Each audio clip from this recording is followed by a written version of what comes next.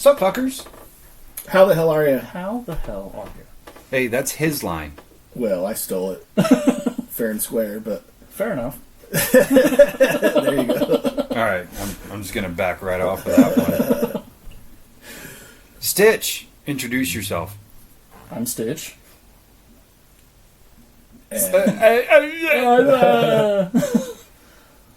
So, Colby, Yes. we call him Stitch. You know, it's weird, like, every once in a while at work, I'll call him Colby for some reason. And it throws me off so hard. And, like, I'll even stumble over it, like, hey, Colby. What Did I just the say fuck did Colby? you say? It's like calling my wife Kara, Yeah. like, because her name is Carla. That's what I call her all the time. Yeah. Or And then Carol. Carol. And then sometimes I'll slip and say Carrie. She's like, are you mad at me? That's like So Scott. I wonder if Stitch feels the same way. Oh, Oh, what did I do? What did I are we good? Are we okay? It's like once in a while, Scott will throw me off and he'll go, hey, David. What? Who? Because everybody at work calls me Dave, but everybody in my personal life calls me David. It's strange. So when anybody calls me David at work, I'm like, who? Yeah. Who are you talking about? He calls, me. He calls T Thomas also. Yeah. Or What? when he talks about T, he calls him Thomas, and that throws me off. Well, that's even the same with like Sissy and T, because she'll call him Thomas and he calls her Trista, and I'm like, who the fuck are you guys talking about? Who are these people? I don't know this Thomas and Trista you're talking about. That's weird, like reverse pet names. Where it's like everybody else calls them the nickname, and then they call each other by their Actual full name. Yeah, it's super weird and it just throws you off. Yeah. Maybe their nicknames are their safety words. What we're saying is don't fucking do it. Don't do it. Somebody has a nickname and honor that shit. Most of the time they earned it, and there's a reason for it. Except for, I guess, Stitch was just his last name. But, like, nickname people like Fuckface, they probably earned that. Yeah. Respect when it. you Honor it. headbutt at E-Stop, yeah.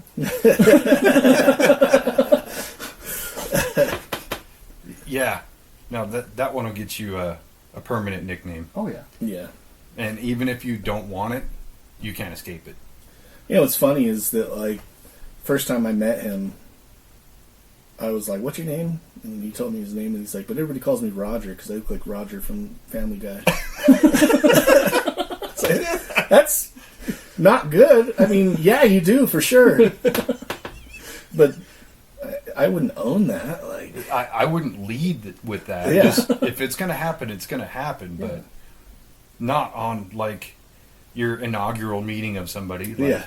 hey, my name is so-and-so, but people call me Roger because I remind them of a cartoon character. So what are we doing today? Freestyle? Yeah, we're just going to freestyle it up. This is Stitch's first appearance on a show that he doesn't listen to. Yeah.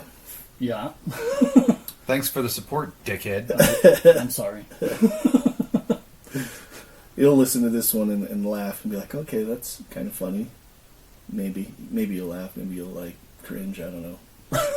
There's definitely moments where you listen back to episodes and there is a few cringe moments and you go, ah, and then you laugh and you're like, it's all good. No, I don't really care. Said what I said. It's all a wash.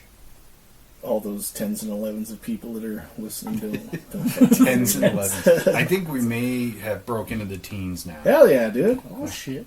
No, it is cool because once in a while I look at like the performance metric and there's still like some super popular episodes that, you know, have broke into the hundreds of listens, and they're not all me, I promise. But then you'll see other episodes that aren't doing well or never have really, that like you don't even have like 20 listens or 20 downloads on, and you go, I don't care, fuck it, this is still fun to do. So, does that record listens or just downloads or both? So on the metric it shows as downloads, but it really is listens. Okay. And it's like they have to listen to a certain amount of it for it to count, so you can't just like push play on an episode and it counts as a download. It has to play like, I think 51% of the episode to count.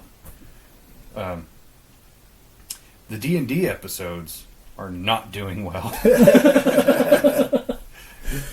Well, yeah, I mean, honestly, like as a person that we just started playing this D&D, and up until this point, I thought it was just dumb. Like, you get together and play fucking Imagination with your friends. Yeah, that's basically what it is. But doing it as an adult is because you can literally do anything in the world. Like I said, fucking telling Stitch earlier. If you haven't listened to the D&D episodes, there's one episode where, like, we kill a priest by bashing his head in with a hammer, and one of the other characters is raping him at the same time. It's fucking brutal. It's disturbing. It's disturbing. Still but never played it. yeah, I mean, It's a funny thing, too, with D&D, because I was, like, as big of a nerd as I am, I was always, like, that's ultra nerd. that's way too far, even for me. And then I would see how, like, impassioned Scott was when he was talking about it, and I went, maybe I should just, like, give it a shot. Yeah. Just so I'm not being overly judgmental about something I literally don't know much about. Mm-hmm. And then we had talked about it, and I was like, okay, cool. We'll play it, but we have to record it as a podcast, because I know there's going to be drinking and jokes and things like that. So if nothing else, it'll just be like a one-off thing. And then that idea evolved into we could do a series and things like that. And then we did that initial episode, which admittedly was kind of boring because it was all the character setup and all that. But then when we started playing, I was like, this is actually a lot of fucking fun. Yeah. Just because, like you said, as an adult, you have that kind of different mentality where you can put more imagination and more creativity into it, and you can still make it fun without it being, like, super nerdy.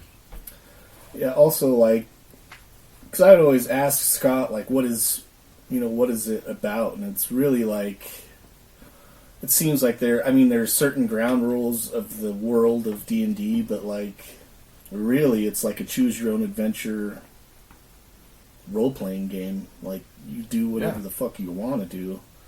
And then, of course, there's consequences or, like, things you come up against that you could run into or you might not run into. It just depends on, like, Your decision making. Yeah, what you're choosing to do. So it has been really fun and nerdy.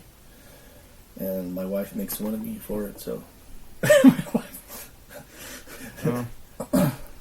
Stitch, what kind of nerdy shit are you into? Marvel, Transformers. What a nerd Yeah. Sorry. Super nerd, dude. Fucking gay. Not that there's anything wrong with that. Comic books in general. Video games? Video games. What video game are you playing right now? I just finished Stellar Blade a few weeks ago. That was actually a really good game. Console or PC? It's only on console. Which console? PS5. Oh. So you're not an Xbox guy, huh? Well, I have both. Ah, that makes sense.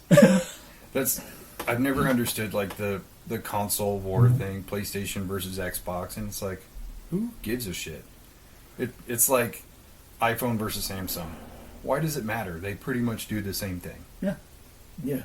Just one's a little bit more affordable. Well, used to be. Used to be. Now they're on par with each other. Yeah. If you're going the Samsung route. The phones are fucking stupid expensive. Yeah. It doesn't matter which one you buy. Right. And now even like the Google Pixel, and there's another one. I can't think of it off the top of my head. But yeah, now they're all on par with each other. It's like, yeah, you could save $200 if you get a Google Pixel, but it's still a Google product. Yeah. They used to be significantly cheaper. You used to be able to get a Google Pixel for like $500. Yeah, I was just in T-Mobile the other day, and they're like $900. Holy shit.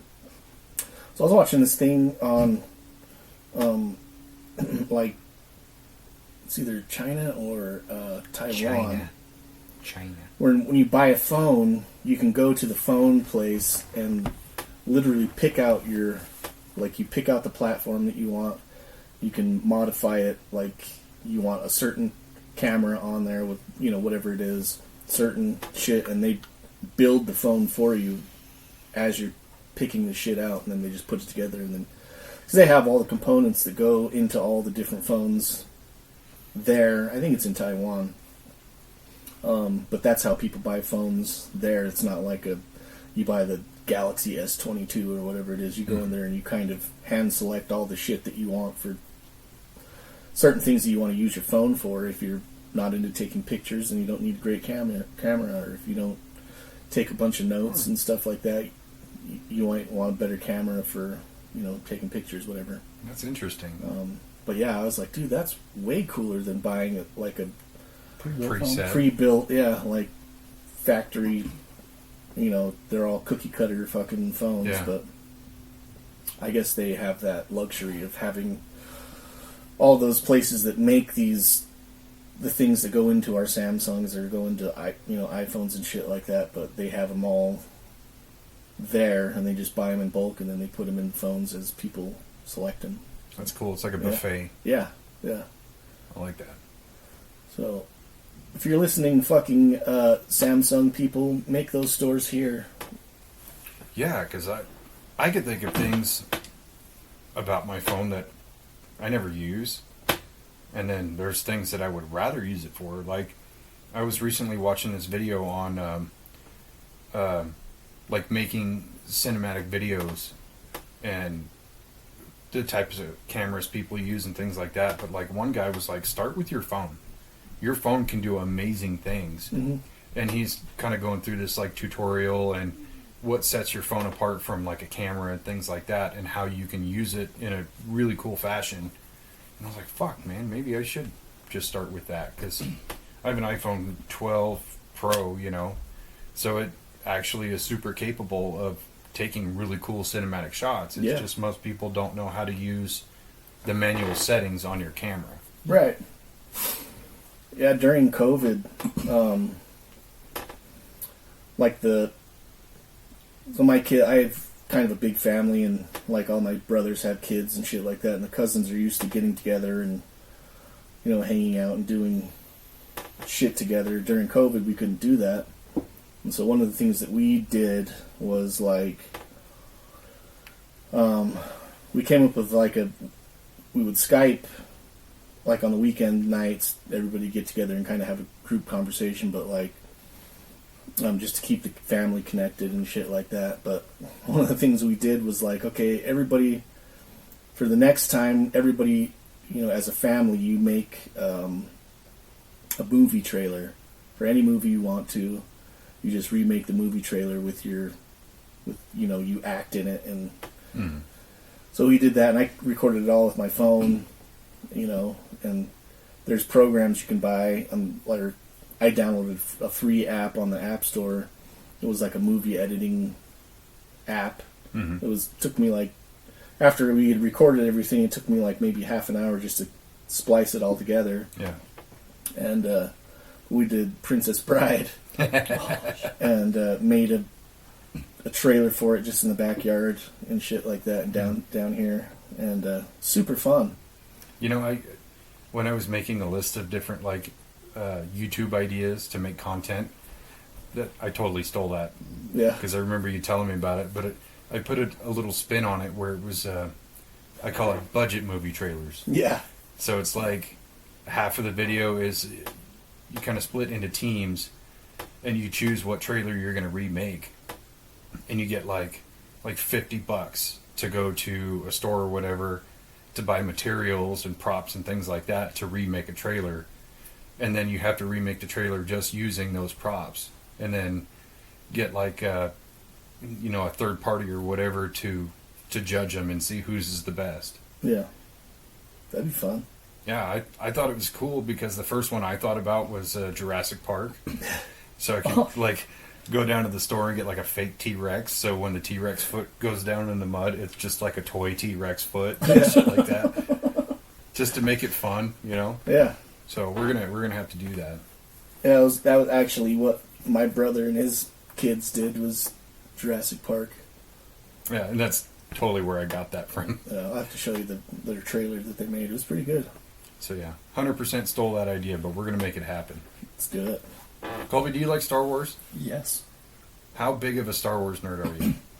Quite big. So this has been on my mind because I watched a bunch of videos about it yesterday. Have you watched The Acolyte? Not yet. No. Are you excited to? Indifferent too after seeing all the bad publicity it's getting.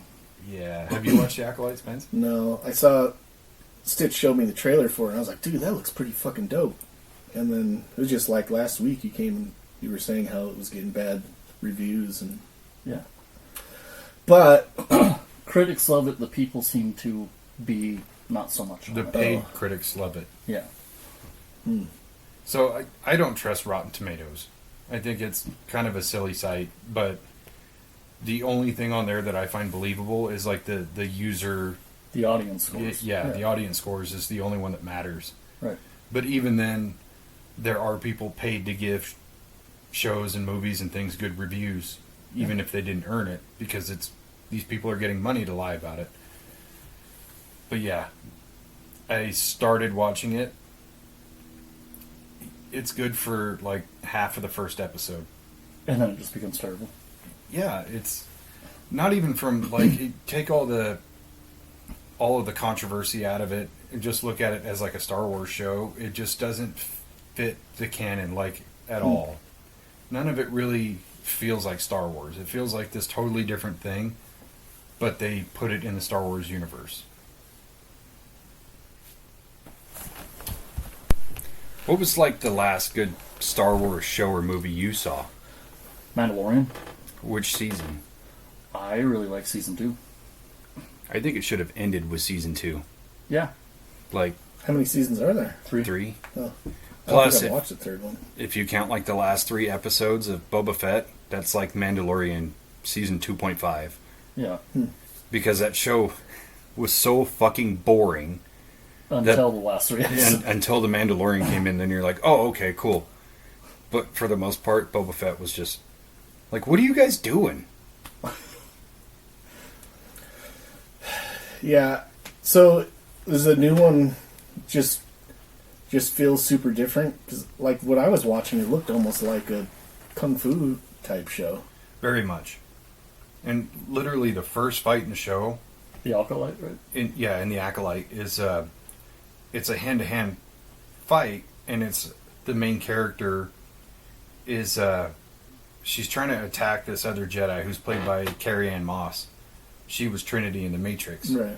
And so you've got like this seasoned like martial arts performer in TV and film, and she's just like parlaying every punch and kick and dodging and all this other shit, and then gets taken out like a bitch. And right away I was like, no, that doesn't add up.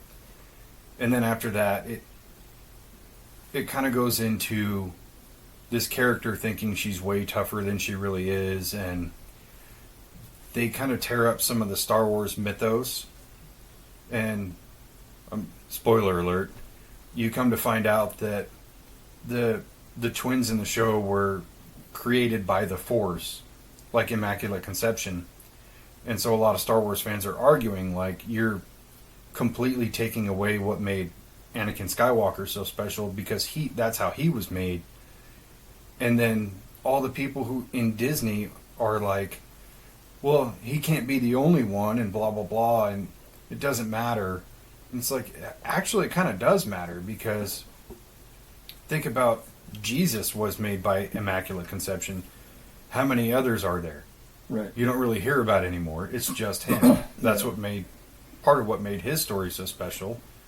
So it's kind of the same for Anakin. When you throw in other people who were made in the same way, you're just watering down the mythos by just... Okay, so this is just something that happens. Yeah. I mean, it's not... There's nothing special about it anymore. Yeah. Yeah. No, it's not. And that was like one of the big problems I had with it. I don't care about characters having 2 mothers or Star Wars characters being gay or anything like that. It literally does not affect me at all. Right.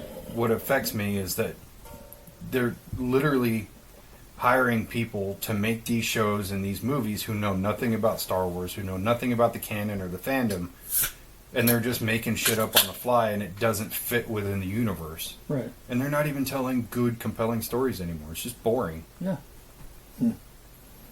Yeah, I would think that the likelihood of a gay alien is pretty Pretty high.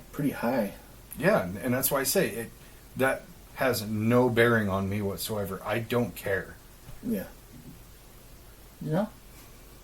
Yeah, I just, you know what I was, speaking of aliens, gay aliens. Stitch, how you doing? I'm good. Just the word alien. So I was like I've been watching like a bunch of weird shit lately, a lot of it on like, the Y-Files and the Roku channel just has like all these weird like ghost shows and alien shows and like Nazi shows, and one of them was talking about like Antarctica, and how like there was a Project High Jump went down there looking for Nazi bases in Antarctica in like the 40s, and for some reason it just struck me that they're like, okay, the Nazis were looking for these beings that were supposedly lived in the hollow earth called Aryans, the Aryan race, and I was like, man, it's funny how like how would an Asian person say alien?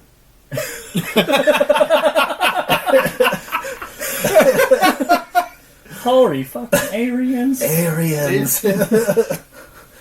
You know what the other funny conundrum is with that? Is Hitler dumped a bunch of money into researching Aryans and trying to find the most current descendants of Aryans. Right. You know where they found them? Yeah. Tibet. Really? Yeah. Which is an Asian country. Aryans. We descended from Aryans. We come from Aryans. Oh, and the thing that was connecting me to Asians because you were coming over here. That's what I forgot to say. What the fuck are you trying to say? Oh, that's what it was. We were talking about you the other day. Come to find out, what is it? Japanese. Yeah, but your grandma, your great grandma. It was my great grandma. Was full Japanese. I can tell. Is it because of my small wiener? No, but thanks for pointing that out. I was thinking, given the fact that you're always squinting, it's not that bright in here, dude. It's actually a little dark. Getting darker. Very dark. That's fucking funny. So, like, does your family, like, celebrate that heritage in any way? No. No? My grandmother used to, but she passed away about 10 years ago. And when was she born? I don't know the exact date. Did she live through World War II? My grandmother? Yeah. No. Your great grandma. Yeah. My great grandmother, yes. That's where my great grandfather and her met. He was military, fighting in the Japanese War, World War II. Met her in Japan, and they conceived and had my grandmother. Makes sense. If you can't beat them, join them.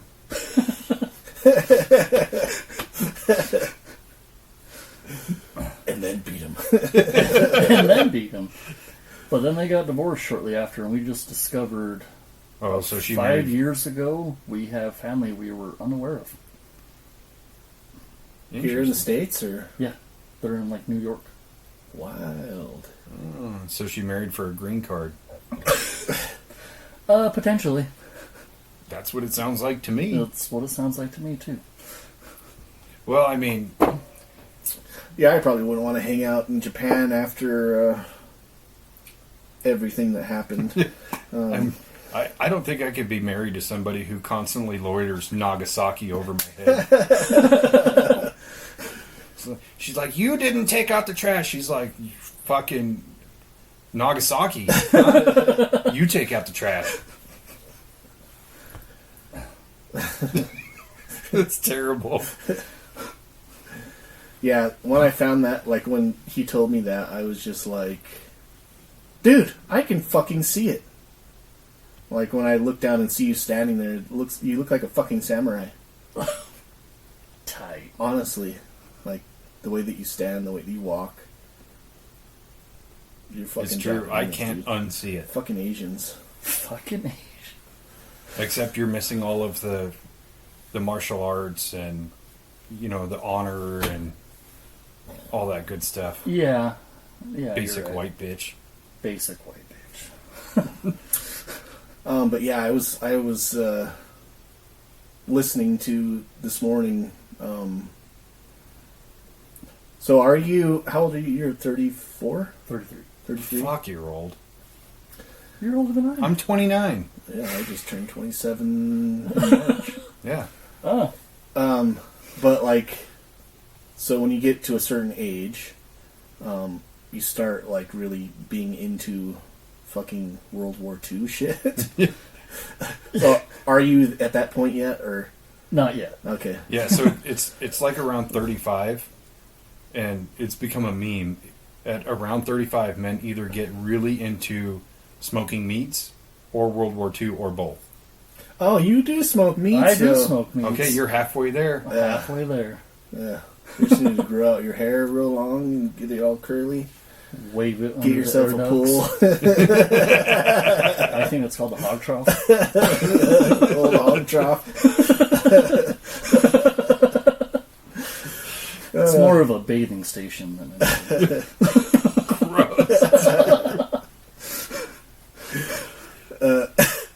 But so this morning at the gym, I was listening to fucking one of the episodes on the Y Files, and it was talking about like, and I think it's going along the lines of like that whole series, like Hunting Hitler. Mhm. I don't know if you've watched that. Oh. Pretty interesting show. But it's like a theory that Hitler actually didn't die at the end of World War II. Oh, I've seen that. Yeah. And there was a bunch of Nazis that escaped escaped Germany, went through Austria, and supposedly like through all these like underground tunnels got out into submarines and made their way to South America. And there's still actually to this day like cities in Argentina that are all German. Oh, really? Yeah, all German people, and they speak German. Dialect. Yeah, and but like, yeah, that was one of the episodes I was listening today. It was like how even the Russians who pronounced Hitler dead were the ones that like said that they saw the bodies. Even like the commanders were like, yeah, the bodies were so burned that we couldn't tell who it was. Oh, shit. But they were saying that like some of the Russian leadership even said that yeah, Hitler escaped and he lived in Germany or in Argentina, and there was like this house in this Bavarian town in Argentina that like was an exact replica of like Hitler's vacation house in the Bavarian Alps. It was like the same layout, same everything. Oh, really? That's Yeah. crazy.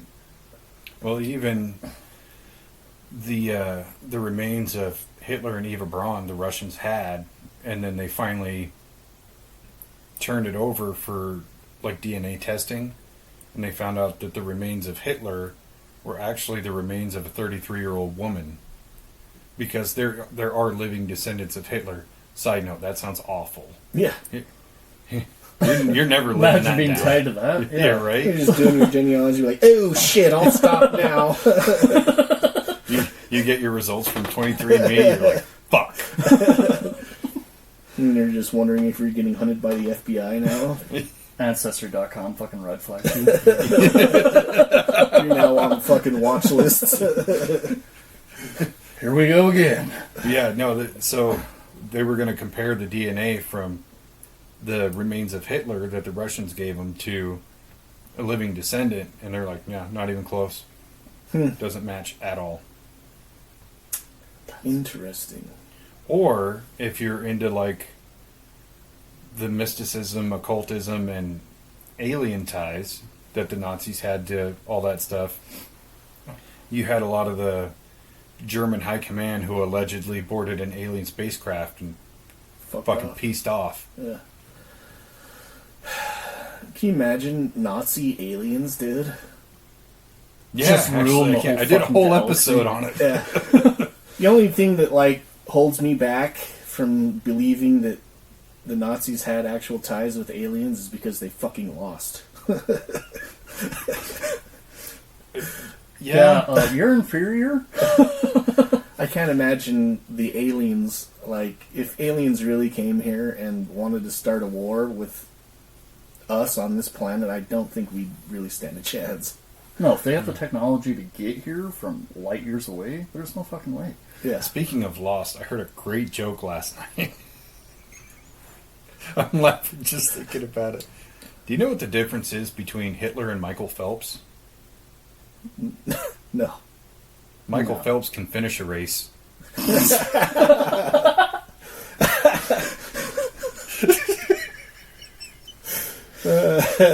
Got him. Yeah, I Hitler has laughed no like- gold medals, I guess. I laughed an uncomfortably long amount of time about that one. It's like, holy shit. That's pretty bad. Can you imagine if Pretty good. Hitler won, though?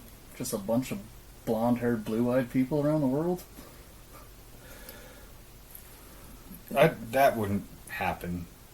Because, so that was like what he envisioned as the master race, which was what Aryans were supposed to look like. But most of Germany doesn't look like that. They look like the average person, Yeah. brown hair, brown eyes kind of thing. Obviously, there's a variety, but for the most part, that's what they look like. He just wanted people to be blonde hair and blue-eyed, but it's just not going to happen. Yeah.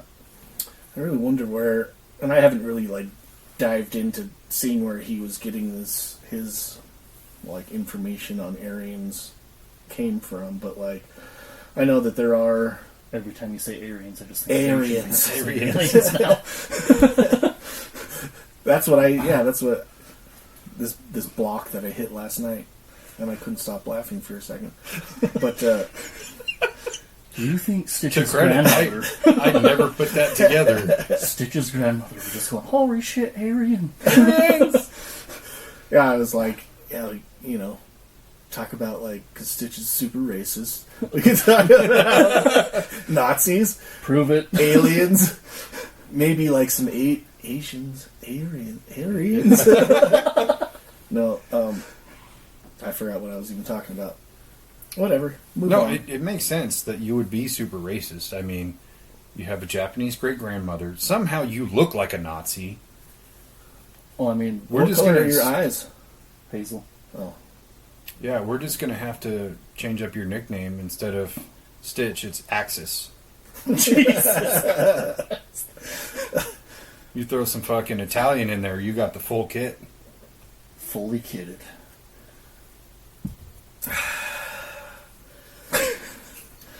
oh, what I was saying was, like, there are accounts of, like, so supposedly. But trying to hold it in. These fucking assholes. I'm not actually racist. I just think it's funny. We know that you're not actually racist, but you have friends that are. Just the people I hang out with are. Your Facebook feed is just racist. Well, and I did hear you say the only reason you're actually friends with Spencer is because he's half white. Those words have never been said. He's a good half a guy. He's a good half fella. You only like half of my name. You're offended by the brown part. I don't know. David is a very Jewish name. Oh, shit, you're right. I do have a star named after me. Yeah. Yeah. We're going to have to I can feel you reconsider seething from over this. there. This is going to take some thought. Fuck. I keep getting lost. Aryans. Aryans. Talking about Aryans. So supposedly there are like 10 or 12 different races of aliens that are on Earth among people working and doing things on our planet, whatever. And one of them is what they call them, the Nords. The Nordics. Yeah, the Nordics that are tall, blonde, blue eyes, really like you would think of a really good-looking human being with blonde hair and blue eyes. But yeah, It's like there's a race of aliens. They all look like fucking Chris Hemsworth. yeah, That would make sense. He's got to be an alien. He is Alien. way too perfect to be human. yeah. Have you watched this show on Netflix? What show? Fuck, what is it called? It's like a docu-series about him trying to, like... Did you ever watch that show with, God, what's his name? The kid from High School Musical. Zac Zac Efron? Zac Efron, yeah. Oh, where he does like he travels. Yeah, he travels around and does, like, all these things. So Chris Hemsworth has a show kind of like that also now, where he's, like, trying to better himself. Oh yeah, I have watched that. Yeah. I got confused because he has a couple of shows on Disney Plus too, Oh, where he does a bunch of different stuff. yeah. Like he does this kind of docu-series on sharks and Oh, another one where he travels and one where he's like trying out different fitness things and things like that. yeah. Yeah. But yeah, it's like so like in one of the episodes, he learns that he has a predisposition to have Alzheimer's when he gets older, or dementia. Mm-hmm. Something with his chemistry, makeup, and his, like, it's a precursor for like dementia, and so he's kind of like trying to find ways that he can like control his mind better and control his body, and like, so he does all these pretty good show, interesting. But he like goes through and like, there's one episode about like fear and overcoming fear, and food addictions and shit like that. It's pretty good. I like him. He's a really entertaining personality. Yeah. Yeah. I think if he starts getting Alzheimer's, it's going to be bad for his physical health because he's going to be like, "Did I do sit-ups today? I'm going to do them just in case." He's gonna be like super jacked. He's gonna be jackter than he is already. Hey man, as long as he keeps cranking out those extraction movies, I'm about Oh it. yeah. Those movies are so fucking good. I still need to watch the second one. I loved the first one. I think, as far as movies go, you normally have like the first one that's really great, and then the second one is just a little bit subpar. I think those two are tied. Oh, really? But I really love long takes that are interesting. Like, don't give me a long take in a movie of two people just staring at each other talking. That's obnoxious. So, like, that cuts out most indie films. But if you have a long take that's a good action set piece with very little cuts or hidden cuts, it's normally really good. Except for that movie 1917. Did you ever see that? I thought that movie was dope. It is dope, but it's just like trying to just sell the movie on the fact that it's one long take. Yeah. Or even Birdman, which that one I'll give more credence to, because trying to get this one long take movie in such a tight setting of, you know, the theater and the back rooms of the theater, things like that, that took a lot of work and a lot of planning.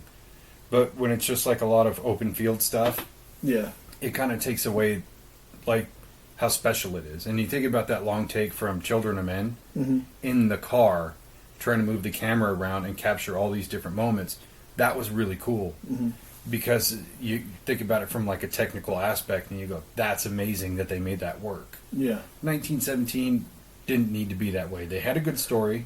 It was interesting. The action was good. I didn't think the long take was necessary. Yeah. I know that they were just trying to tell the story of like having a certain timeline of how you had to, so you had to get to from one place to another to tell them not to do something, Yeah. right? So the whole movie takes place within, it's supposed to be like 24 hours or something like that. Yeah. And I mean, the movie's like 2 hours long, so time is elapsed anyways, but like, I think it was trying to give urgency, and so your time is running out in the movie, kind of like the show 24. Yeah. Which it does play well with that, but it also does it really good in Extraction 2. Have you seen it? I don't know. So there's I've seen the first one for sure.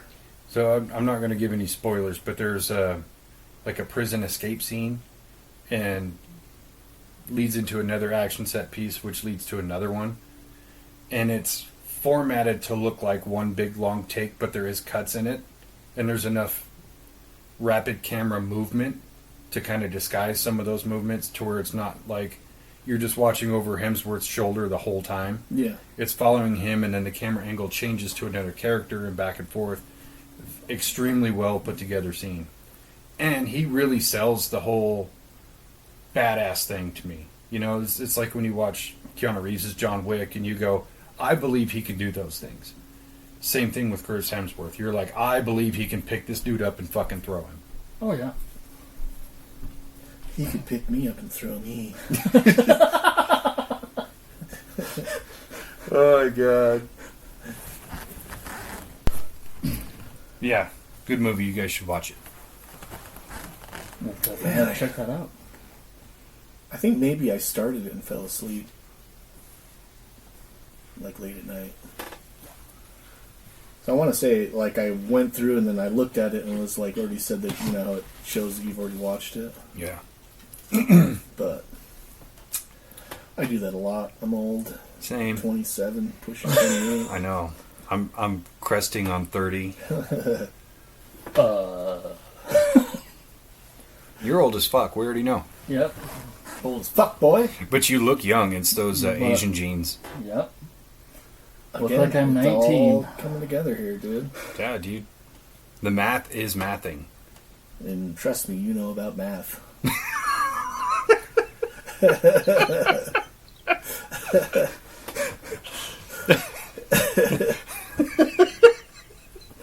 God damn it.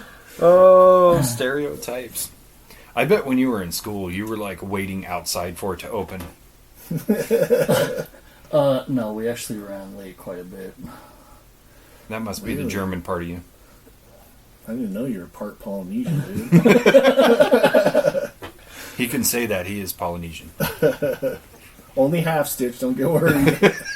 I mean, some of the Stishak family name does reside from Germany, so... It sounds super German.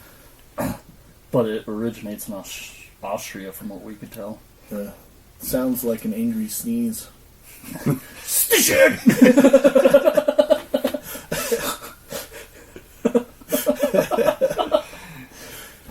Dude, all the pieces are just falling together. It defines who I am. I'm starting to think you're like the ultimate racist weapon. German and Japanese, dude. So here's my question. Given that we talk about like paranormal shit quite a bit here, what type of ghost are you afflicted by? No comment. Is it like the wet, creepy girl ghosts, or the little boy from what's that one? The Grudge? The Grudge, yeah. Yeah. A meowing ghost? That would be quite terrifying, A actually. djinn. Are you of Arabian anything? Nope. Yeah. Okay, so let's just start by eliminating them. Alright. Phantoms? Spectre? No. No?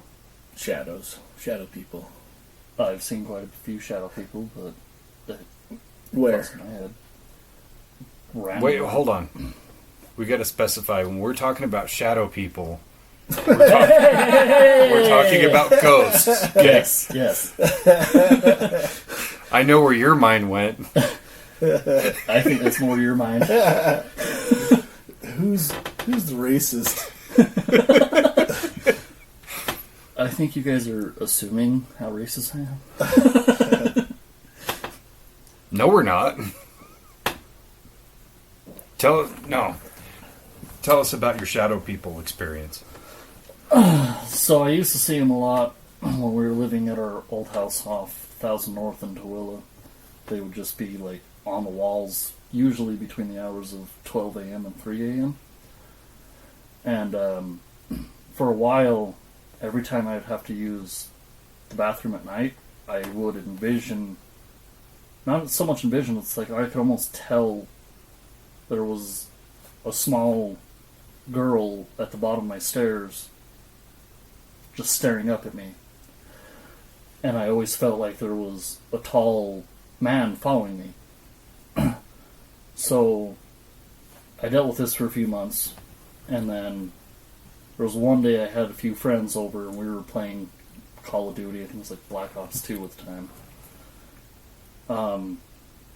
One kid was sitting on the floor, and then two of them, me and my friend, were sitting on the big-ass love seats we had. The kid sitting on the floor turned and looked at me and had like a complete fucking meltdown. So we all went upstairs, and he's all, we were the only ones in that room, right? And I was like, yeah. And he's all, why was there an old man resting his head on your shoulder?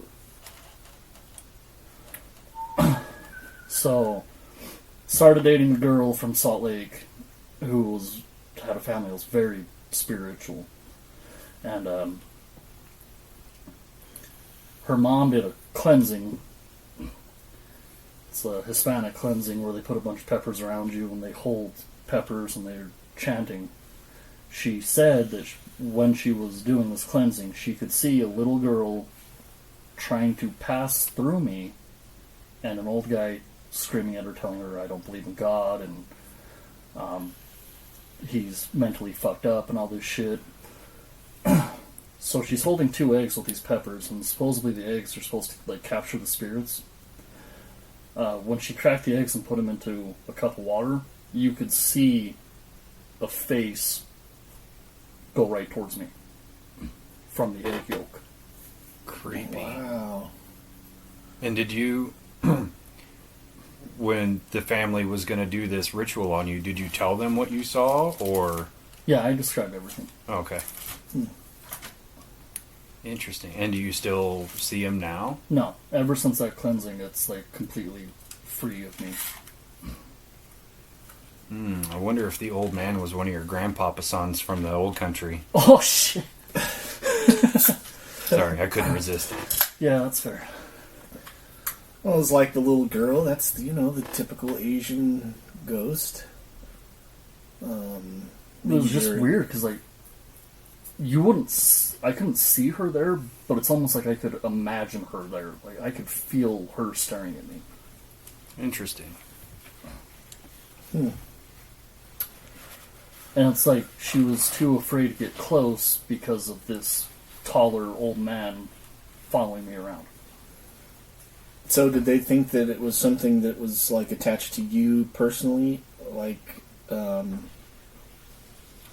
if, like, maybe they had always been there with you, or was it something that was in the house? Did they say anything about that?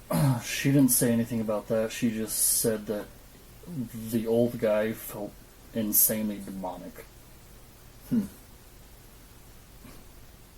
Interesting. Anybody else in your family have a similar affliction? Not to that extent, but my mom's old house when she was a teenager, her and all 4 of her sisters said was extremely haunted. So there was one night, it's on Main Street in Tooele. It's like right towards La Frontera. It's a red brick house. I think it's about 3 or 4 houses down on that right side. The old La Frontera? Yeah. So there was one night my aunt came home, and she went downstairs where my mom's bedroom was, and she saw a woman with red hair, which my mom always dyed her hair red, sitting on her bed in a wedding dress, from what I was told. And when my aunt approached this person, who she thought was my mother, it just evaporated right in front of her. And anytime my grandma would be doing laundry in the basement, their dog Mickey would just be going fucking nuts at the doorway to the hallway of the rest of the bedrooms. Interesting. Do they still have that house? Do they still own it? No. No? No.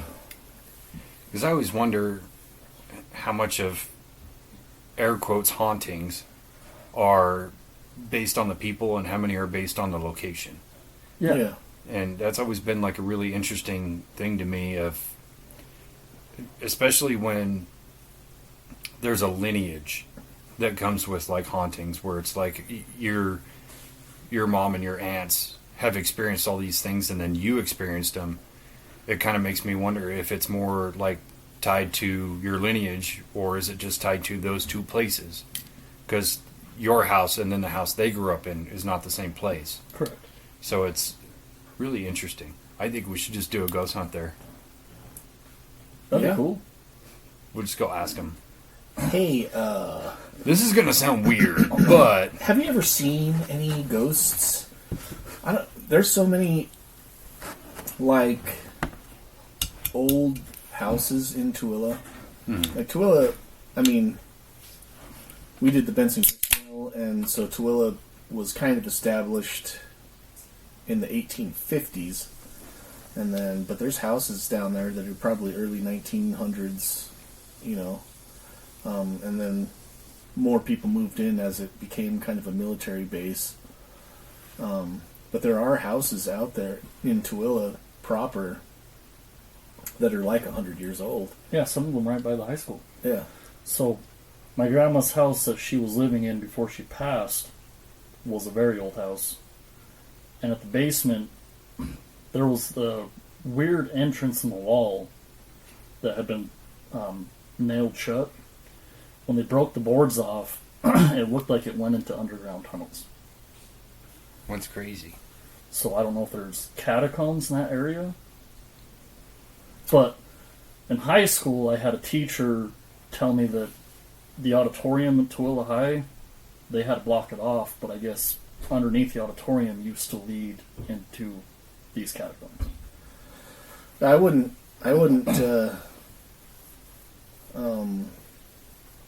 discount those stories at all,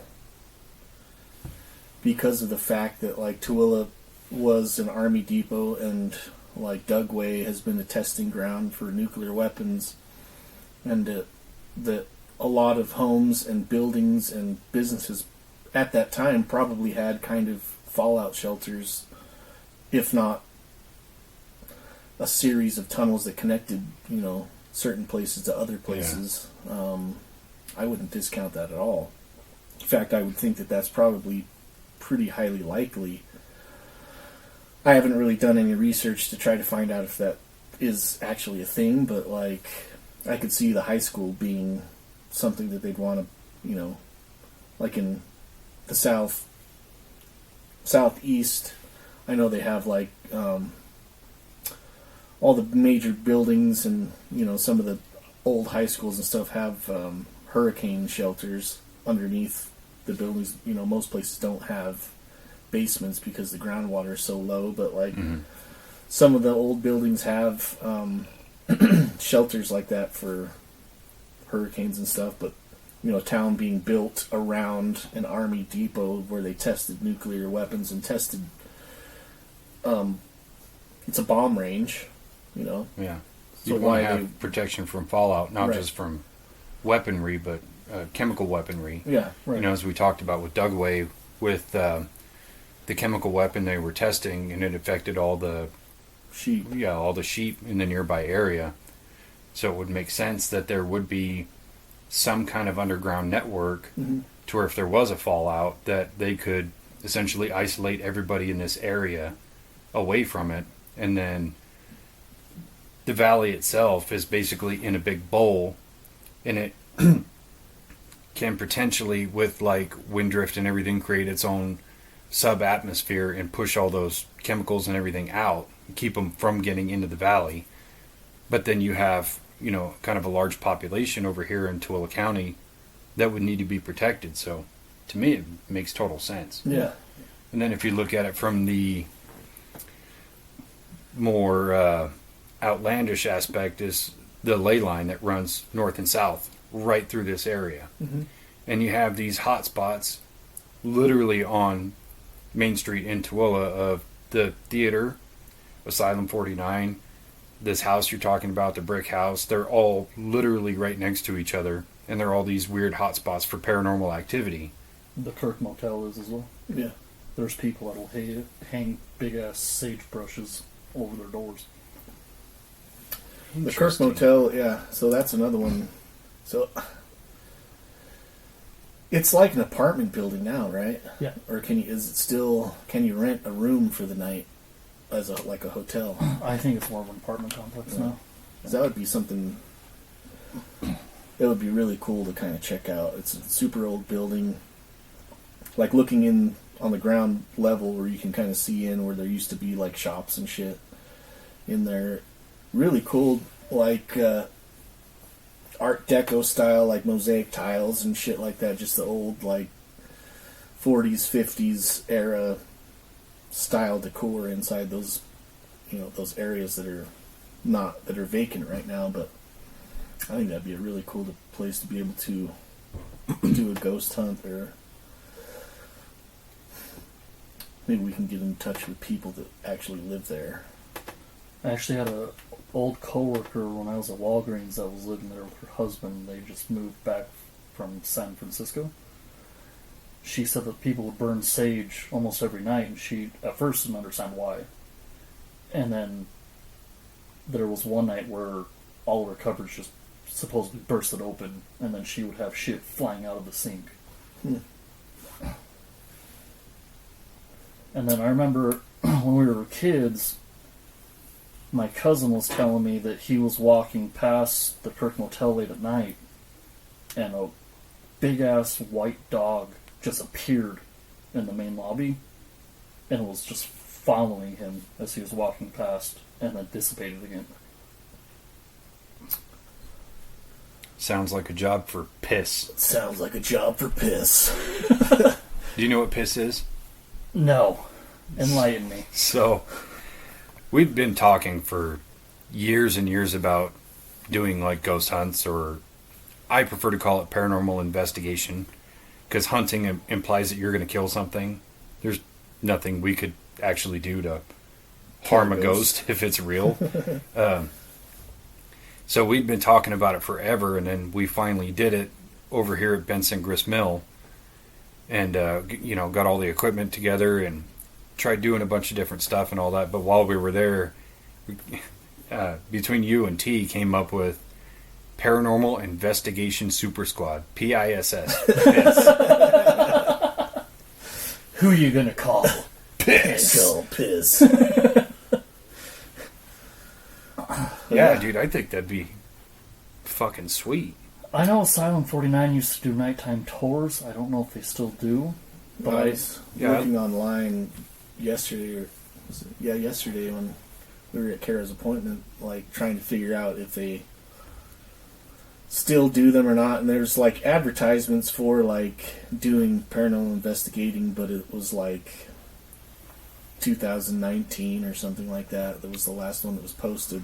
Yeah, I looked at their website, and on their website they still have packages available, and it was like ungodly expensive. Like if you were going to stay there for 8 or 10 hours overnight, it was like $1,500. Holy shit! Yeah, but then they had some other packages. It's one of those things where I wanted to get a few more done and get the footage and everything put together to where there's a little bit of like viability to go, okay, you're not going to come in and Zach Bagans this shit. Like, you've got your own thing and this is for real. You're not just coming in to, try to get scared or whatever, and be able to use that as a selling point for places to kind of let us in, or at least let us pay to come in. But I can't imagine there's a huge market of people wanting to go there to do an investigation. So, I mean, there's reasonable amounts to pay to do stuff like that, but $1,500 is kind of a lot. Yeah. Especially if you have to have one of their people there to hold your hand the whole time. I don't want that. I just want to be able to do my own thing. Right. That's what was cool about the grist mill, was that she was just like, all right, here's the keys. Yeah, I'll be over here if you need me. Die. No, bye. Oh, they said yeah, no. Die. So they have like the Frost. office area, and like she literally gave us the keys. It's like, I'll be in here if you need me. Well, that's and cool, though. staged all of the gear right there just in case anybody was going to come and try to like take anything. She's there to, you know, allegedly try to stop them or whatever.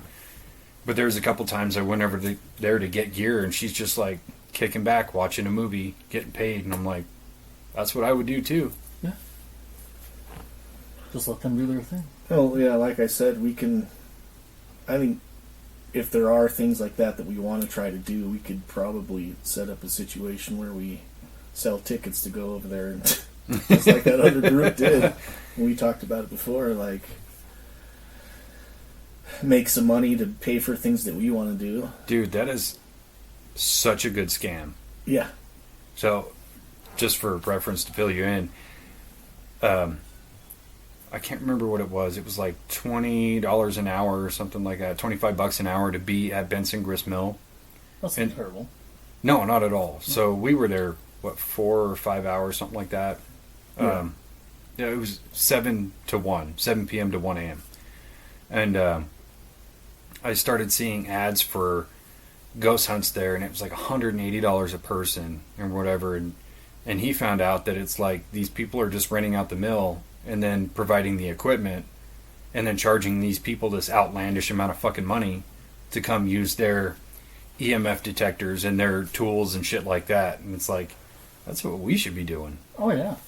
Yeah. Put up the upfront Well, cost. they have 10 people come in. They provide them with like a camera, like digital recorder, EMF detector, whatever. Then just let them go do their own thing. And you're just paying to rent the place out, and then these other people are doing all their own shit while you're making, Money. Yeah. $1,800 in 5 hours. to do the same thing that the person who actually works for the mill is doing. You're Yeah. just kicking back. Yeah, that sounds like a great idea. We're in the wrong business. Yeah.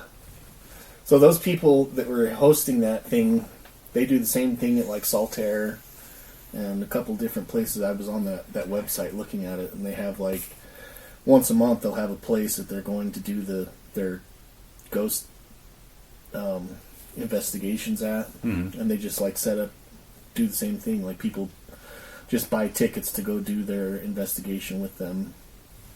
And it's like you can still do an investigation there while these other people are, walking around doing their own investigations or whatever, but you don't end up paying for it. Like, Yeah.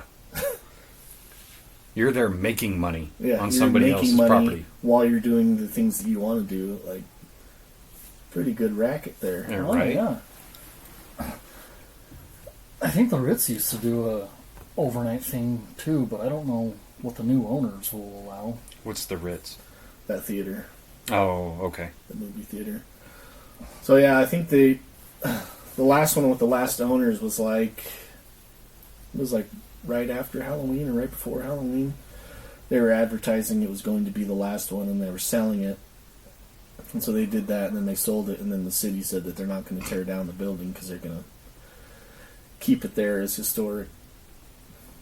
So it's just sitting landmark or there whatever. empty Well, with no someone owner? else bought it. Someone else bought it now, but who knows what they're going to do with it. Well, I know something that could do with it for Yeah. like 6 hours. Yeah, make a little bit of money.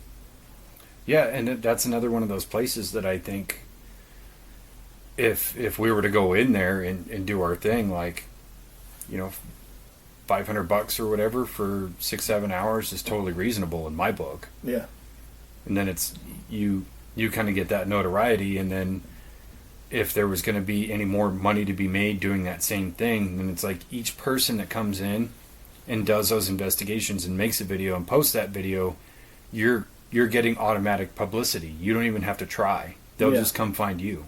Right. It's kind of like the Benson Grist Mill thing. Yeah. Except all the other videos I watched from there were just horrendous. Yeah. I don't want to say they're fake, but they're super fake. They're not fake, but they are fake. Yeah. I mean, it seems like I had a great time Same. there. It was super fun. I'd like to go back and do another one. But yeah, we didn't really catch anything, and the one or two things that we thought were odd anomalies that, still didn't have any kind of like, I've seen paranormal things in my own life where you have this feeling of what the fuck is that? Mm-hmm. That hair-raising, just natural instinct that you feel. I didn't really have that at all there, Even when I bashed my head, I didn't have any instinct to fucking watch out for that big metal wheel. I think people's paranormal, not feeling, but like people's stories about paranormal stuff is always so interesting to me, and I love hearing about them. I like your shadow people story, and the old man and the little girl is so fascinating. Have 2 more. Oh, regale us. Hold on. I gotta go take a piss. Let's take a quick break. Stitch, regale us with a madcap tale of ghosts and hauntings and paranormal. So what is your viewpoint on skinwalkers? They have a whole ranch to themselves. That's fair. No, so we did cover Skinwalker Ranch, and then on the last episode we recorded, which should be out before this one, was about Appalachia. Appalachia. Mm-hmm. All of them. We talked about skinwalkers and that too, and a guy who has a YouTube channel and he talks about them and stuff like that. So my personal feeling is it's just as real as any other paranormal entity of any kind. Okay. So me and my buddy Zach went ghost hunting one night up at Mercer. Come to find out, Mercer is walled off and gated off and has security cameras everywhere now, so you can't just easily access it. That's a cemetery, right? The town itself. Oh, okay. I think you can still get to the cemetery, but you can't get to the town. Okay. So as we were coming back, this is when I was living off 1000 North. It was probably about, 3:30 in the morning. We're driving, and about 4 streets down from our turn to my house, mind you, it's 3:30 in the morning, there's a tall, it looked like an older guy to us, from what we could make out, just staring at this house, like right on the sidewalk, just fucking eyes glued to this house. As we're passing by, I hate telling the story because it fucking freaks me out, but his back bends into a V shape. Like backwards or forwards? Backwards. And then a dog emerges. He disappears. A dog comes out of nowhere. And we're like, okay, that's fucking weird. We haven't drank. We're not high on anything. So we're fucking creeped out. Like, do we really see that? So we pull into my driveway, and out of nowhere, there's a van probably doing 50 miles per hour in a residential area that's 25. Mm-hmm. Comes slamming on their brakes. She flips open her door, and she says, "Hey, do you see my grandfather? I think he's lost his mind." Huh. I think your grandfather just turned into a dog and ran that way. So we're like, okay, this just became more real than we fucking thought. Yeah. The next night, me and my buddy Zach are just sitting at dining table in the kitchen. My parents lived in a 2-story with an awning. And about 3:30 in the morning hits again. You hear prominent footsteps going up the awning towards my bedroom window and then down the awning, and you can hear something land in the grass. We opened that back door so fast, but there was nothing there. No tracks, no prints, no nothing. I bet even the old guy ghost that was attached to you was like, "What the fuck was that?" The little girl ghost was hiding behind the stairs. That's crazy. Yeah, Yeah, that's bananas. Like, I couldn't imagine seeing a skinwalker in real life, let alone one that just transformed. Yeah, we weren't sure what to make of it, and we still talk about it to this day, and that was at least 8 years ago now. Oh, so this didn't happen when you were like a teen. No. You were in your 20s. Yeah. Wow. So, yeah, after hearing those footsteps, it just, everything became more real. And then talking to a few polys at work that had went on missions, Mm-hmm. they also had stories of skinwalkers. So there was a guy, I won't mention names because I don't want to discredit or sound like I'm twisting their story. I guess they were driving in their car back from a mission. It's late at night. And they saw a dog chasing the back of the vehicle, turned into a man running towards the back of the vehicle. And they were probably going about 50 miles per hour, he said. They say where they were at? I don't think so, no. Like what state or country or... I want to say Mexico, but I don't want to discredit or be wrong. Well, after this, you'll have to tell us who it is. And then, because I kind of want to do like a side segment of people's different paranormal stories. Yeah. And I think that'd be so cool. Because those first-hand stories are so amazing. Yeah. And you can always tell who's like telling the truth and who's full of shit. And I always find that so much fun. So then the other story I have is, had to have been about 25 or 26. And I don't know if it was sleep paralysis or if I actually experienced something, but I woke up randomly in like a huge distress. Like, all my fucking blood was flowing and hair was standing up. Like, something felt fucking wrong. Where were you at the time? I was in bed, in my bedroom. And that same house? Yeah. So, I couldn't move. That's why I kind of leaned towards the sleep paralysis thing. But at the same time, everything that follows is creepy as shit to me, so I'm not sure. My door swings open. Bright ass white light just fucking fills my room. I can't see shit. All of a sudden, there's a tall, had to have been at least an 8-foot figure standing on the side of my bed. I felt so uncomfortable and so scared. I flipped to the left side towards my wall, and I blacked out. You know, So was it before or after that you had these bowel problems? I was going to say, I had a very similar experience, but I was in a tent. Scoutmaster Kevin came in, blacked out. Shit.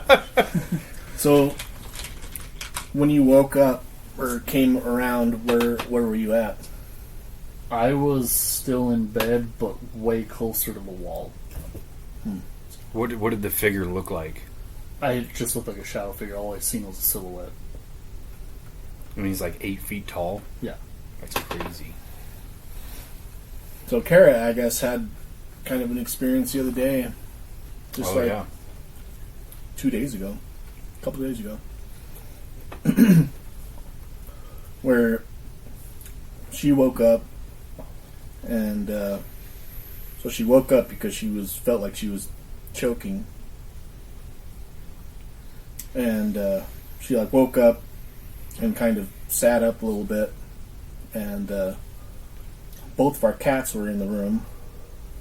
One of them was like laying on her stomach, and the other one was like at the foot of our bed, and they were both looking at the wall, just growling, like doing that weird, creepy thing the cats do when they're fighting or whatever. Yeah. They're just going crazy, and then she like sits up to see what they're.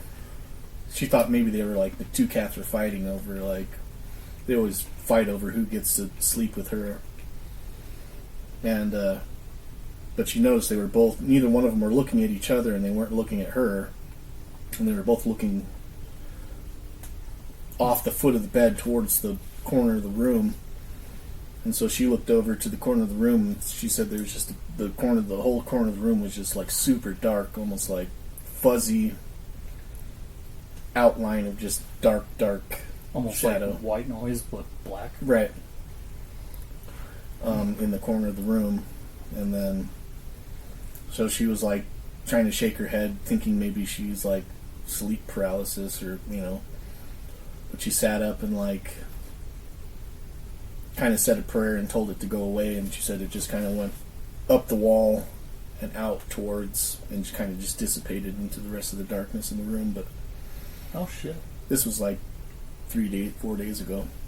Yeah. The whole time I was just fucking passed out, sleeping.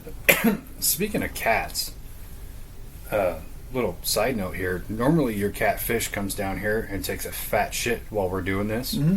He hasn't come down here today, and I think it's because there's an Asian in the house. Just speculating. He's not that smart. The fish, not the Asian. The cat, not the Asian. Get fuck, nerd. So,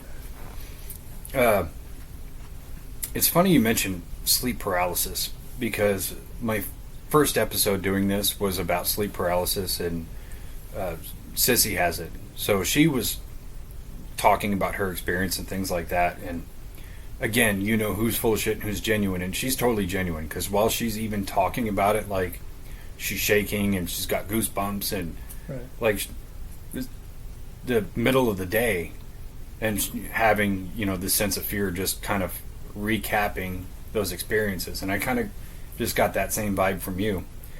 I think you were also aggressively masturbating under the table. That may be unrelated, I don't know. But and then you know what happened next. But I think sleep paralysis is so interesting, and I think, especially since that episode came out, how many people have come up to me and talked to me and said, I have it too, and this is my experience, and blah blah blah, where I definitely think more so now than when I did that episode that it is supernatural in nature, because the amount of people who suffer from it and deal with it and the things they see, they're all interconnected somehow. I'm just not smart enough to put it together, I think. Yeah, I only have one other bout that I knew for sure was sleep paralysis, but that's still enough to fucking unnerve someone. So we were living in our house we're living in now. Me and Miranda were in bed. I don't know what it is, about 3:30 in the morning, but it seems to It's be a witching hour. My fucking time. See? This is why we do this show together. We're simpatico. Mm-hmm. So I wake up completely distressed, and I just hear never-ending fucking footsteps, loud.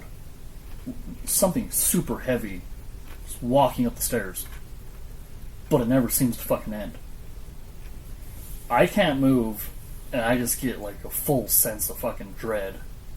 And it's almost like if someone had a gun to you, like you feel like your life's gonna fucking end. Mm-hmm. And then, kind of like Spencer was saying about saying a prayer and it goes away. I tried that, and it actually worked.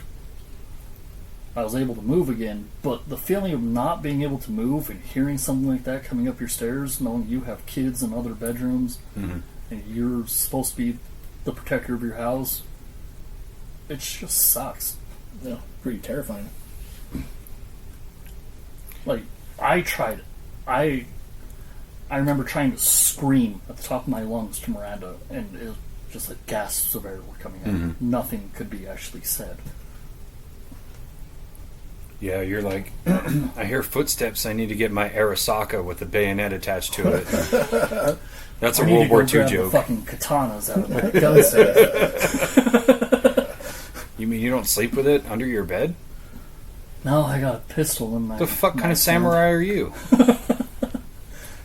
I would say just like a fucking ninja star from under the pillow. Shuriken out! No, yeah, I've had similar experiences where it's just like that feeling of not being able to even make a sound that's more than just like a Yeah. and then I usually come and then I'm good.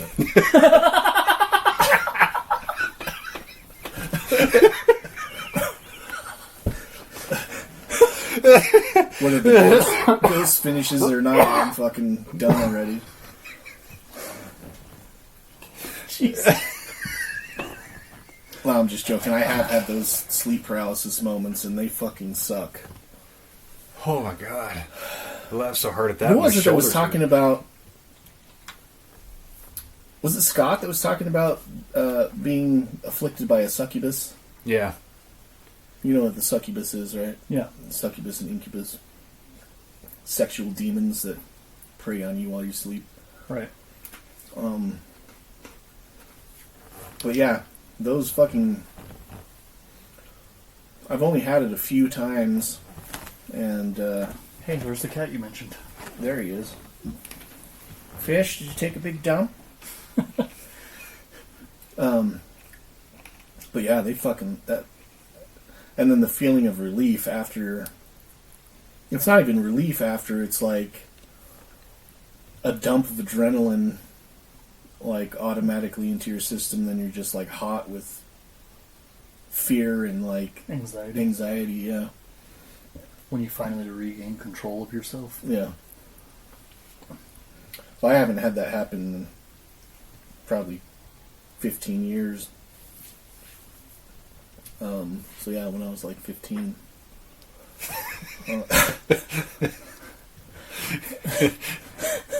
Jesus. That's a good one. Yeah, I don't know. I've never had an episode of sleep paralysis personally, but I lucid dream a lot.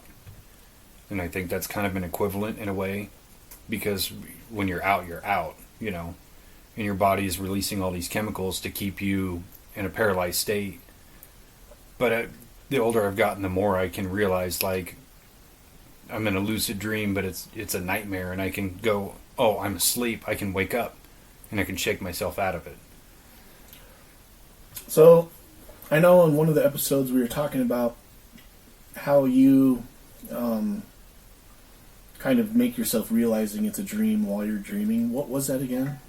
What was something that you would do? I learned a few tricks. Like, well, I don't know if learned is the right way. It's more like taught myself a few things. And the first thing I realized was being able to read in a dream. And I looked it up, and there's something with the different hemispheres of your brain where you're not supposed to be able to read in a dream. And that had changed over time, because that was kind of like a totem for me to realize that I was dreaming, because I would see a billboard or a book or something, and it might as well be hieroglyphics or, you know, just squiggly lines, and I couldn't read it. But I think your brain tends to evolve to understand these little tricks, and now I've gotten to the point where it's very rare, but I can see something and I can read it. But I think that's my mind telling me, like, oh, you can read it now. You know you're in a dream. So it doesn't matter if you could read or if you couldn't. You know you're in a dream. Yeah. But yeah, you kind of like have to understand little totems to know the difference. And when you're in like a deep lucid dream, it's really hard to tell the difference between that and reality. Yeah. And just like having a sense of understanding of knowing you're in a dream, you get to choose if you're going to stay in it or not. And oftentimes I find, like, if I'm lucid dreaming, I'm in a really deep sleep, and it's probably because I'm exhausted. Just stay in it. Like, I don't really have nightmares so much anymore, as much as just like weird, you know how dreams are, Yeah. where everything is odd and nothing makes sense. And lately I kind of just explore that a little bit more, and just like understanding that I am asleep, but I think it's more of like exploring my own mind in a way. So I've tried to make it more of a fun thing. I was just wondering, I couldn't remember what it was. It was the reading thing that you were talking about. But my oldest has been like kind of really exploring the whole dream, trying to be able to control your dreams and be in control of like your mind while you're dreaming. So she like keeps a dream journal and like kind of tries to figure out what her dreams are and what they're about and what they say and stuff like that. And one of the things that she came across was like one of those totems like you were talking about is trying to figure out what time it is in your dream. Yeah. And so she would just tell me about this the other day or yesterday. Was like anybody that you see or like have it in your mind to always like check what time it is. So in your dream you try to check what time it is, and then it'll make you realize that you're in a dream, and then from that point you can kind of control what you're actually doing in your dream. That's cool. It's crazy too, because in the past few months I've kind of realized, like, when you have that totem moment and you realize that you are asleep and you are in the middle of a dream, once you have that realization, you can actually in some ways control it, and you can manifest things within your own mind, and it feels very, very real, but you know it's not. Yeah. And case in point, this is probably going to make me sound a little crazier than I already do. Before I went to bed, this was a couple weeks ago, I was laying in bed trying to fall asleep, and I was like imagining what it would feel like to fly. Not in a plane, not with any sense of propulsion or wings, just like how Superman flies, just defy gravity. And I was just like not exactly fantasizing about it, but just thinking about what it would feel like, you know, temperature and pressure differentials and things like that. Like, how would you actually be able to propel yourself without stabilization of anything, without touching anything, and just kind of thinking about it. And then I went to sleep, and then I remember realizing, like, okay, I'm in a dream. What would it be like to fly? And suddenly I could fly. I literally just like lifted off the ground and zipped around, and it felt very real. And I think certain other aspects played into it, like my window was open and the fan was on, so it's kind of cool in the room. And I think that played a factor in how realistic that felt, because of... You're getting the wind gust from the fan. You're getting that, and then, you know, your body moves while you're asleep sometimes, or like putting your arm up or something like that kind of gives your body a sense of being free. Right. So I think all these little factors played into it, but really I just manifested that in my mind that I could fly, and then I was flying. And then when I woke up, I was like, that was fucking amazing. I was flying. That's cool. I just didn't have a cape. Just Super Dave. Super Dave. Yeah, I would like to have the ability What's that to D control on my your chest dreams. stand for, dumbass? Dick face. So, living out here in Tooele for pretty much your whole life, right? Correct. In close proximity to Dugway, which is just right out here, have you had any experiences? You've seen any kind of like UFOs or UAPs? No, actually. Do you know? There was one instance where it was kind of weird. It was late at night. We're at the house we're in now, and I went out back, and I was staring at the moon, and I thought it was a plane for a while, but it would just slowly move right, and then slowly move left, and then slowly move right, and then I just went inside. I didn't see what the fuck would actually happen, but I was like, that's kind of weird that it doesn't seem to be getting further, but it's only going left and right. Yeah, you were like, this isn't interesting. I'm going to go inside. Jesus. What a fucking... Is this guy drunk or something? Where was it at in the sky? Like, what direction do you remember? Would have been south. So the mountains right by Settlement Canyon.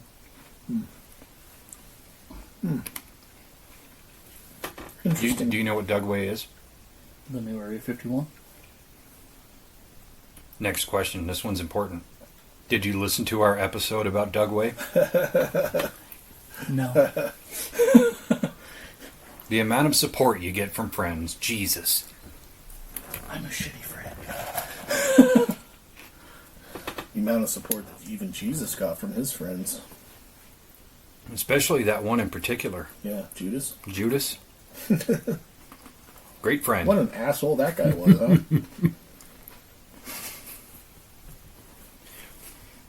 I wonder how much 30 pieces of silver was actually worth back then. It's probably a lot.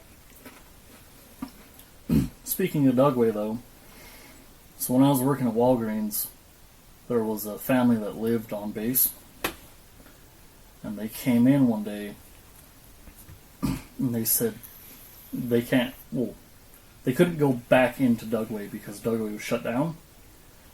Come to find out, there was a missing container of chemical gas, and they had no idea where the fuck it went. Probably went into the upside down. Yeah. Daniel Dorkin's just fucking getting high. It's crazy how people who work for the government misplace things, and then usually something happens. Kind of like when you misplace $2 trillion, and then the next day a couple of planes fly into a building. Yeah. Dun dun dun.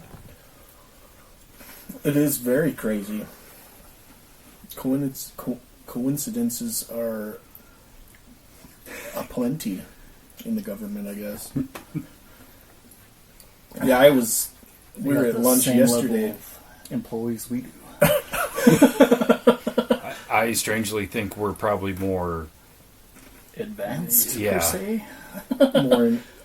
The employees there are a little bit more enlightened than the employees of the government for sure. about what's actually going on. I was at lunch yesterday, What's your name? Starts with the chair. and there was these people that were sitting just kind of kitty cornered from our table, and it was like two older guys. One of the older guys was with his wife and like maybe grandkid, and the other guy was just with his grandson. And I thought maybe it was like the two older guys were like brothers or something, or old friends, and then as I was just hearing them having a conversation, it really seemed like they didn't know each other at all. It was really weird. Like, they were like asking him, a couple were asking him like how long he'd lived in this area and like what he did for work and shit like that. But he was saying how he was stationed at Dugway. He was in the military and he was stationed at Dugway, and in like 1980 or something like that, and he's been there for a long time, and I couldn't hear the whole conversation. It was just really interesting, like who these people were to each other and like what the fuck they were talking about. But he was talking about like an accident that had happened. I want to say it happened out there, but I couldn't hear everything that he was saying because I was just fucking eavesdropping on the whole conversation.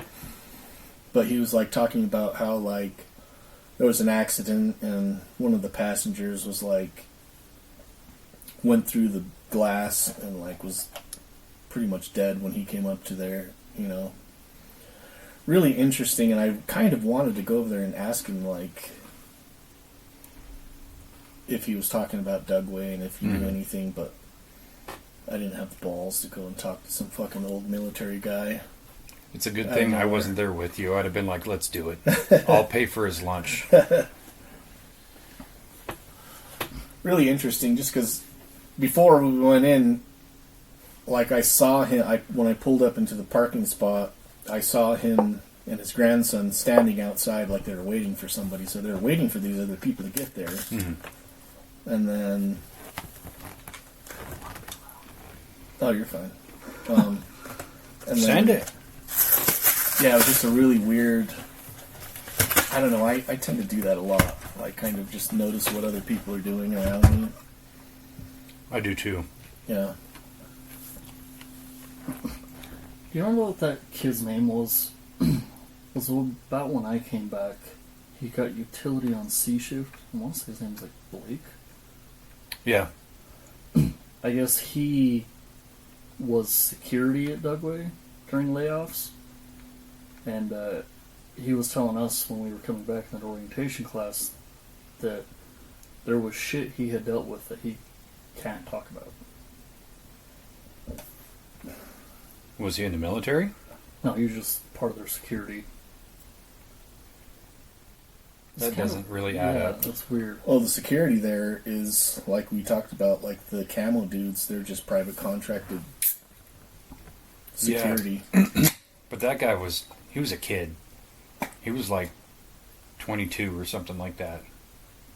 Kind of seems weird that they would hire a young guy. I don't know. I could be totally off base with that. I would love to sit down with people who have worked at Dugway and talk about their experience. Not just, the mysterious stuff, but like, what was your job? What did you do? Yeah. What kind of operations did you handle and what did you see and stuff like that? So, I think that'd be cool. Kid I went to high school with named Andrew, his dad was military in the station at Dugway. His dad came home, from what he was telling me, scared shitless. Like shaking, almost seemed like delirious. And when Andrew asked him what's wrong, he said, "The Greys are among us."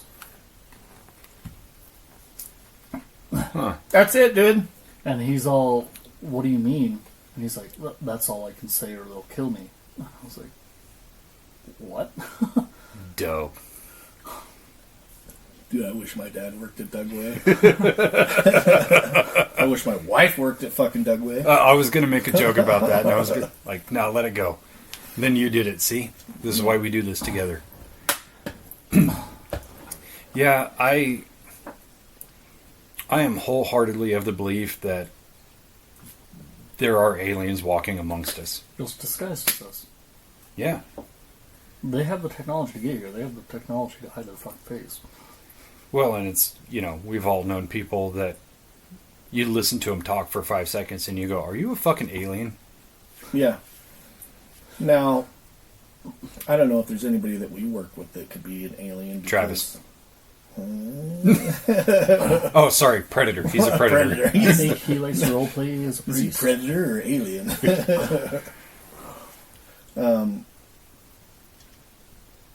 That would be the fucking worst, dude. Like, you travel through space and possibly time to get here to infiltrate the human race, and you work where we work.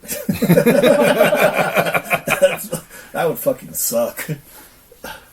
Okay, there's a question. Do you think aliens travel from certain points in space, dimensions, or time?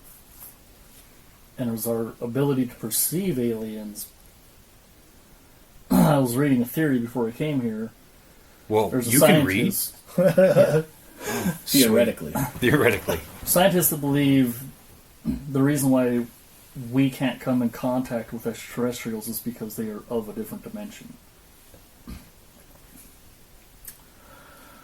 I think that both. I think that there are both aliens in our dimension and our space-time as we see it. And also there are beings that manipulate and are able to transpose between the different dimensions that are, whether it be time or, in the same space, just in on a different frequency. I think it's both. So, how much of paranormal activity do you believe is aliens coming from an alternate dimension? What did we talk about? Like the shadow figures that you see. I said something about this on one of our earlier episodes. Like, I was thinking that like the shadow people that you see are actual different dimensional beings, and then when you see like an entity that's like, say you see somebody that's wearing like dress from like the 1800s or whatever. Right. That's actually like a wormhole in time that you're seeing through to a different time in that same space. Right.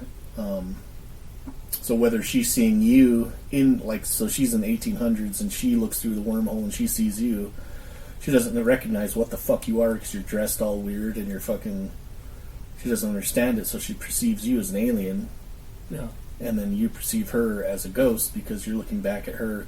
She lived in the 1800s. So are they just wormholes that you're looking through and perceiving it one way or the other? Like, who knows? That's interesting, because that makes you wonder, like, people's alien stories, how much could just be a wormhole effect, like you're saying. They're not used to seeing something like that, so they're like, okay, that can't be of this earth. It's foreign, it's alien, Yeah. you know. So Or Aryan. Alien. So I have this principle that I kind of go by with everything, whether it's paranormal or alien or whatever. And I say it's either all bullshit or none of it is. And when you talk about different dimensions or time, space, whatever, I think it's all a possibility and an eventuality. Because you have interdimensional, so you think of multiple dimensions or different universes, string theory, multiverse theory, whatever you want to call it. Right. Totally viable solution. Then there's also extra dimensional, because we live in a 3-dimensional space. Who's to say there isn't a 4-dimensional space or a 5-dimensional space? Exactly. Which is actually a popular theory within astrophysics. And when you talk about like you seeing a girl from the 1800s and she sees you, to me that's as simple as going back to Einstein, where Einstein describes time-space as a fabric. Well, just like any fabric, you can fold it onto itself. So when you have a fold in the time-space fabric where you're seeing another time and another space, and that space is seeing you, because I would think when it folds together, it becomes translucent in a way that you can see through it. Right. And that's why you see these things. And that's where I think a lot of, like you're saying, the ghost stories come from, is less to do with, is it an actual spirit or a demonic entity or something? Or is the veil just closing in because time-space has closed in on itself for just a moment, or in a moment of space? So I think it's totally viable. Yeah. Even from just a physics standpoint, it makes perfect sense. Or the alternate theory is simulation. And we do live in a simulation, and that's just a glitch. So I mean, it's possible. both could be possible at the same time. Right. Because if we're in the Matrix, you know, and our bodies are actually in pods strapped up with hoses and cables and shit, those same things could be happening outside of our little pods, or whatever it is we're encased in. Those things could still be happening on the real Earth, and then what we see in the Matrix supposedly is just a glitch. And I think both of those are possibilities and potentially eventualities. Right, because like you got video games and AI. At what point do these video game characters become sentient and start wondering where the fuck they came from? Yeah. Yeah. We are all Morty. Just Morty's killing Mortys.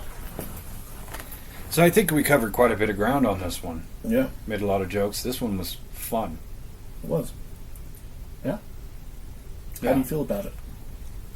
A little nervous at first, but I think I finally broke loose and was able to say what I had to say. A couple of beers helped too, huh? Yeah. Now, I mean, I'm glad you kept your racism to yourself.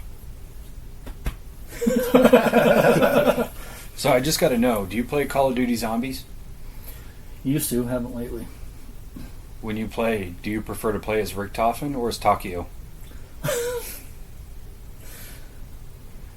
No comment. Okay, before we send it out, tell us a racist joke. That breaks your ground rules, so no. Just don't use any derogatory terms. Incapable of doing that. Proof is in the pudding. All right, thanks, guys. Thank you. Okay, I love you. Bye-bye. Bye. Bye.